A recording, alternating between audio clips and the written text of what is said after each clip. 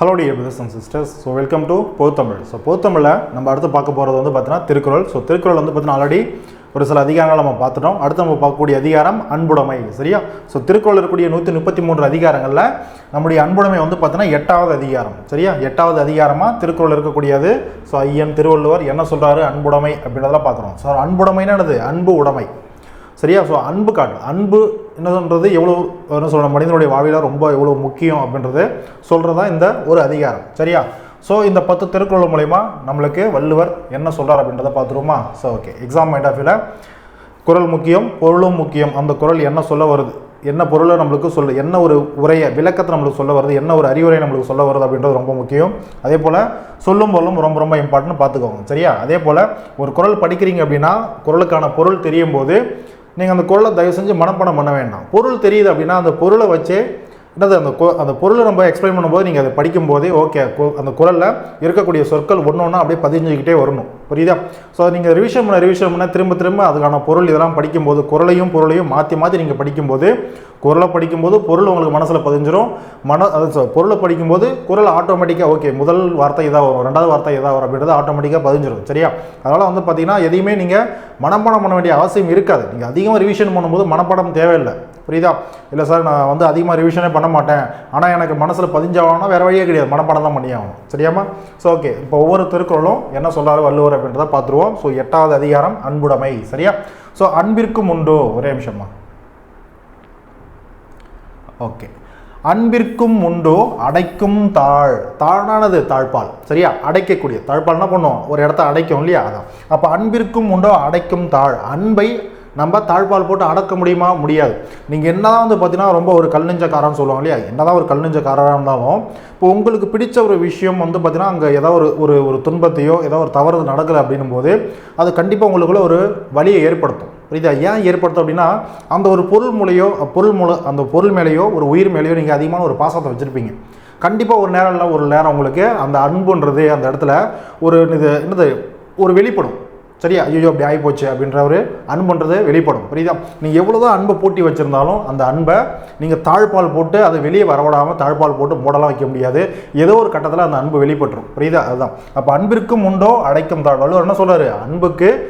அன்பை அடைக்கக்கூடிய ஒரு தாழ்ன்றது அடைக்கக்கூடிய ஒரு தாழ்ன்றது இருக்கான்றதான் கிடையாது. புரியுதா? எப்போது பார்த்தீங்கன்னா ஆர்வலர் புன்கண்ணீர் பூசல் தரும். ஆர்வலர்னா யார்? ஆர்வலர் அப்படின்றவங்க அன்புடையவர்கள். நம்ம யார் மேலே நம்ம அன்பு வச்சிருப்போம் இல்லையா? அப்போ யார் மேலே நாம் அன்பு வச்சிருக்கோம், அப்போ நம்ம தான் அன்புடையவர்கள். புரியுதா? அப்போது அந்த ஆர்வலர் புன்கண்ணீர் பூசல் தரும்.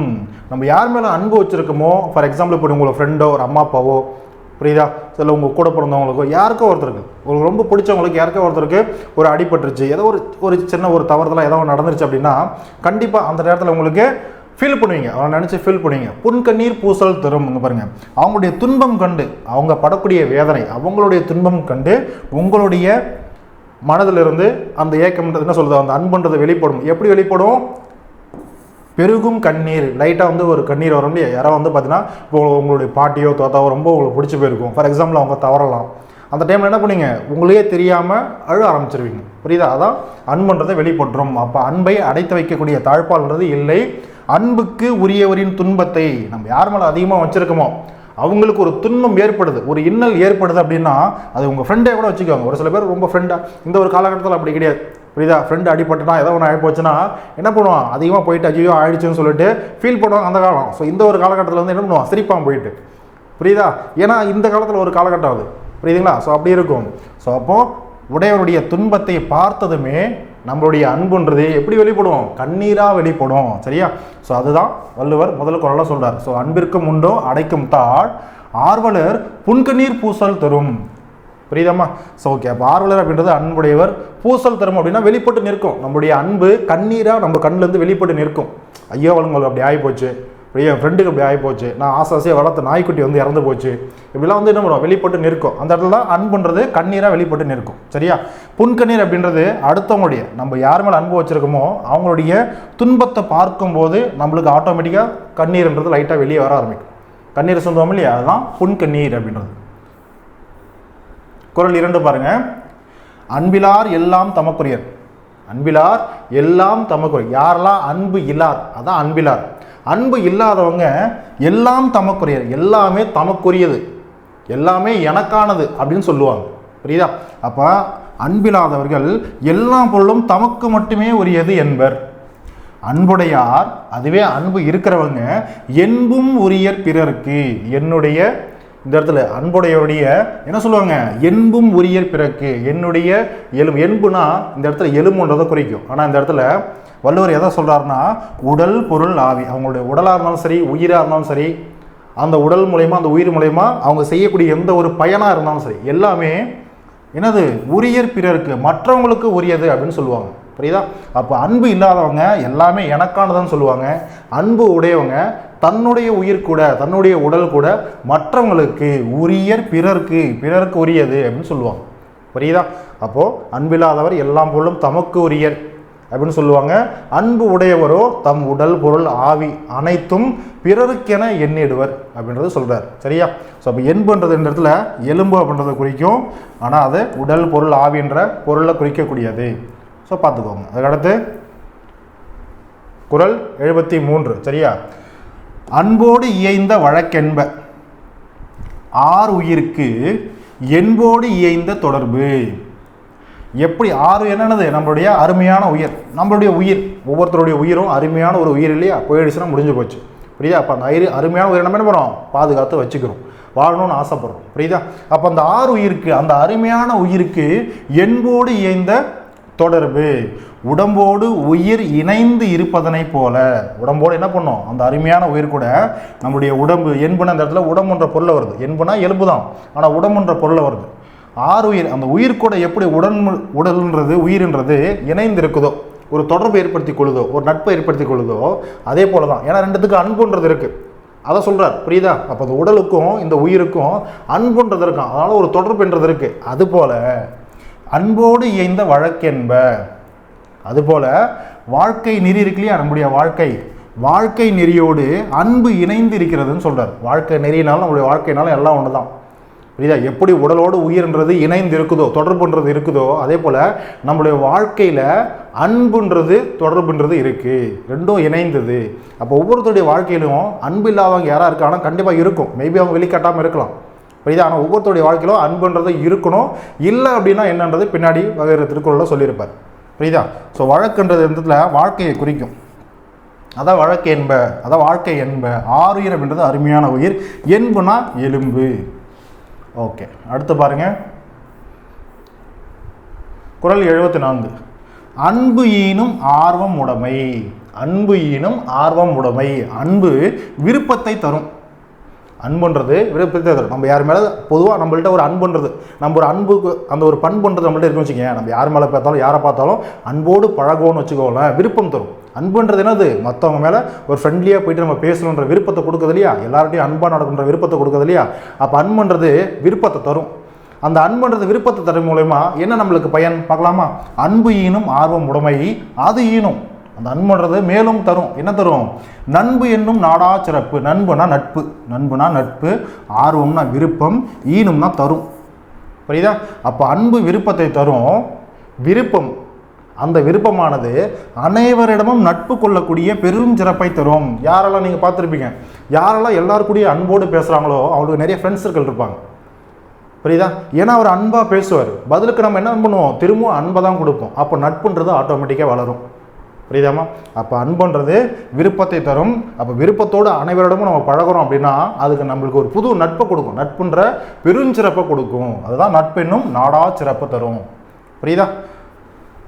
ஓகே, அடுத்து பாருங்க 75வது குறள். அன்புற்று அமர்ந்த வழக்கு என்ப.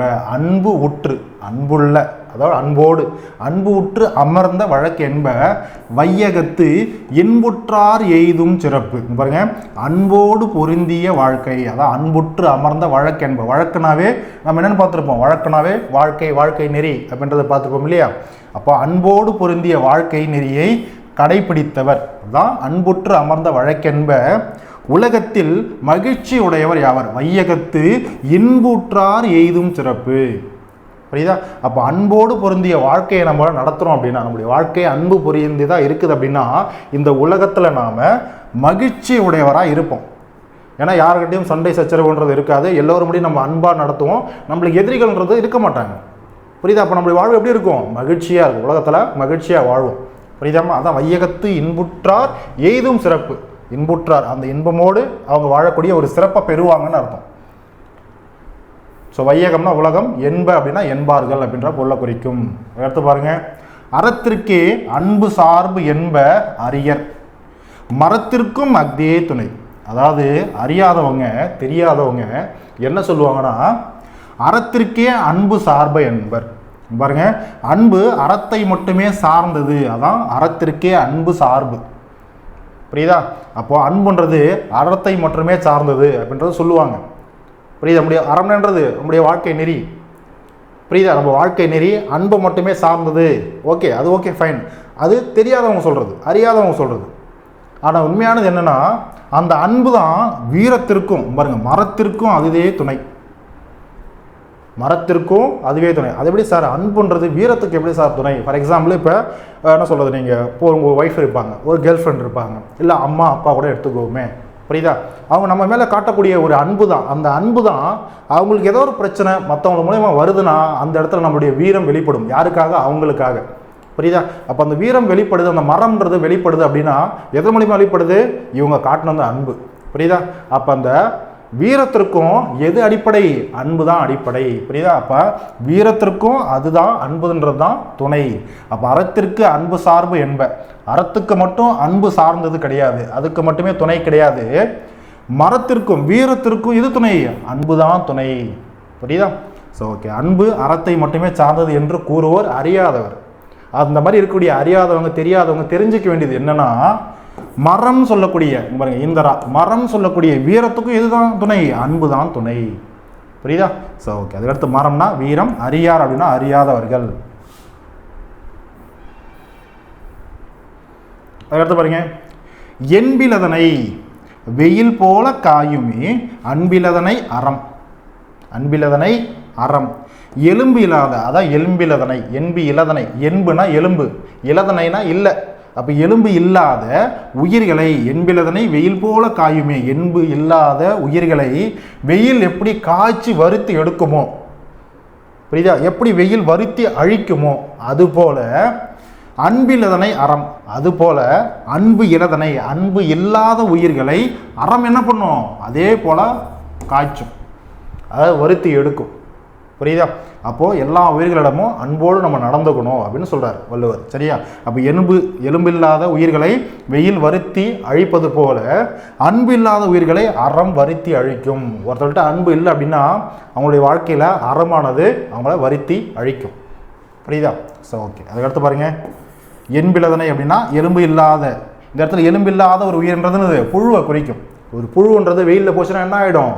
அந்த வெயிலில் போகும்போது அதால் அந்த வெயில வெப்பத்தை தாங்கிக்க முடியாது, அழிஞ்சு போயிடும், பொசுங்கிடும், கருகிடும். கருகினா எரிஞ்சிடாது, அதை பார்த்தீங்கன்னா இறந்து போயிடும். புரியுதா? எப்படி அந்த வெயில் வருத்திடும் அந்த புழுவை.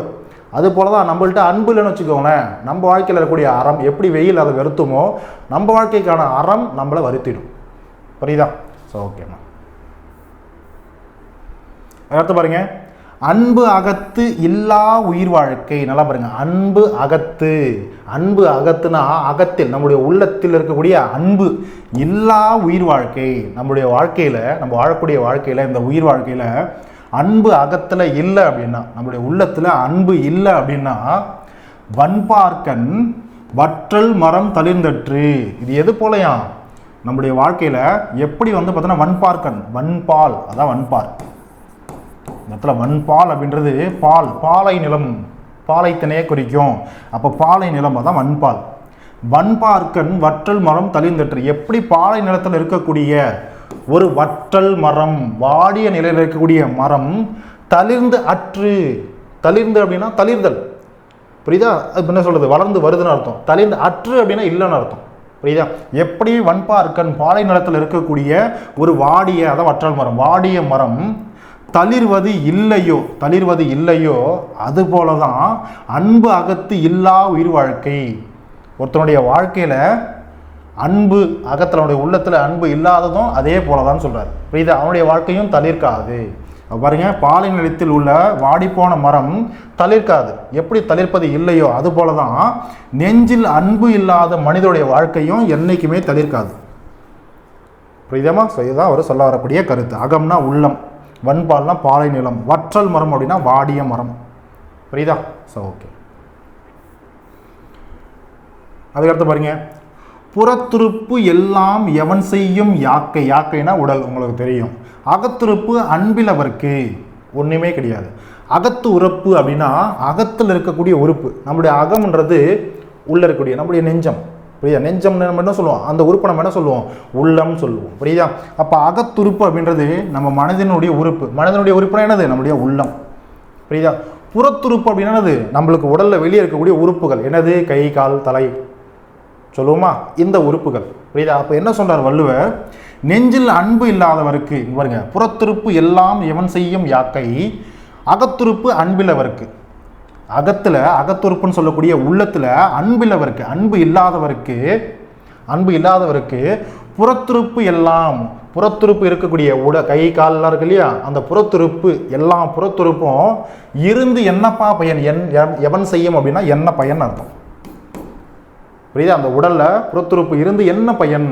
அப்ப பாருங்க, நெஞ்சில் அன்பு இல்லாதவருக்கு கை கால் முதலுடைய உடல் உறுப்புகள், கை கால் முதலிய உடல் உறுப்புகள் என்னது, புறத்துறுப்பு. அதான் புறத்துறுப்பு. அந்த புறத்துறுப்பு எல்லாம் எவன் செய்யும், என்ன பயன், இருந்து என்ன பயன் அப்படின்னு சொல்றாரு.